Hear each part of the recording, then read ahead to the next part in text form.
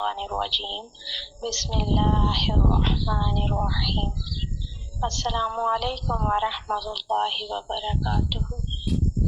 قرآن ایک آیت ایک روشنی کی کلاس کا آج ہم باقاعدہ پہلا سبق پڑھیں گے۔ جیسا کہ سورۃ الفاتحہ کو السبع المثانی بھی کہا گیا ہے، یعنی بار بار دہرائی جانے والی 7 آیات، اور انہی میں سے ایک بسم اللہ الرحمن الرحیم یعنی آیت تسمیہ بھی ہے، اگرچہ کہ بسم اللہ الگ آیت ہے کیونکہ یہ سورۃ النمل میں نازل ہوئی ہے، لیکن یہ آیت قرآن کی ہر سورت سے پہلے پڑھی جاتی ہے ما سوائے سورہ توبہ کے۔ اور آیت تسمیہ ہمیں یہ یاد دلاتی ہے کہ ہمارا ہر کام اللہ کے نام سے شروع ہونا چاہیے، ہمیں اللہ کی رحمت پر ہی بھروسہ رکھنا چاہیے، ہم اپنی زندگی کے ہر لمحے میں اللہ سبحانہ و تعالی کو یاد رکھیں۔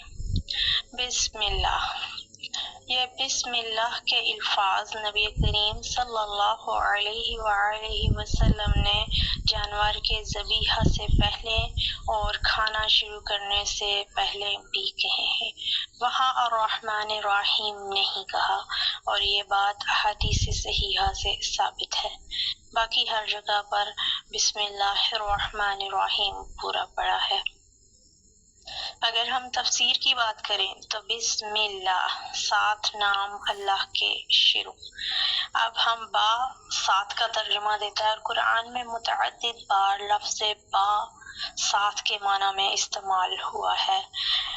بسم اللہ، اگر آپ اسم با کو ہٹا دیں تو اسم کے ساتھ نام بنتا ہے، جو کہ اردو میں بھی استعمال ہوتا ہے۔ 7 نام اللہ کے شروع۔ الرحمن، اللہ سبحانہ و تعالی کا صفاتی نام ہے۔ اصل میں آیت تسمیہ ہی وہ آیت ہے جس میں اللہ سبحانہ و تعالی کے 3 نام آئے ہیں، لفظ اللہ جو کہ اللہ سبحانہ و تعالی کا ذاتی نام ہے، اور الرحمن جو کہ اللہ سبحانہ و تعالی کا صفاتی نام ہے، اور الرحیم۔ الرحمن جو سب پر مہربان ہے، یعنی چاہے وہ ایمان والے ہوں چاہے وہ ایمان لانے والے نہ ہوں، وہ خواہ کسی بھی مذہب سے تعلق رکھتے ہوں، اللہ سبحانہ و تعالی سبھی پر مہربان ہے۔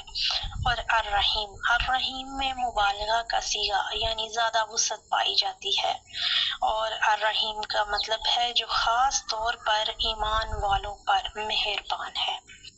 جب ہم بسم اللہ کہتے ہیں تو اس سے ہمیں یقین ہو جاتا ہے کہ ہمارا ہر کام اللہ کی مدد سے بہترین ہوگا، ہم غلطی سے بچیں گے۔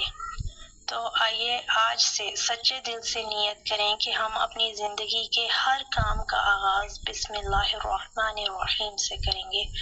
اللہ سبحانہ و تعالی ہمیں اپنے نام کی برکت سے ہدایت، علم اور عمل عطا فرمائے، آمین ثم آمین۔ اس ویڈیو کو دوسروں کے ساتھ شیئر ضرور کیجیے گا۔ اللہ سبحانہ و تعالی ہمیں قرآن سیکھنے، سکھانے اور اس پر عمل کرنے والا بنا دے، آمین۔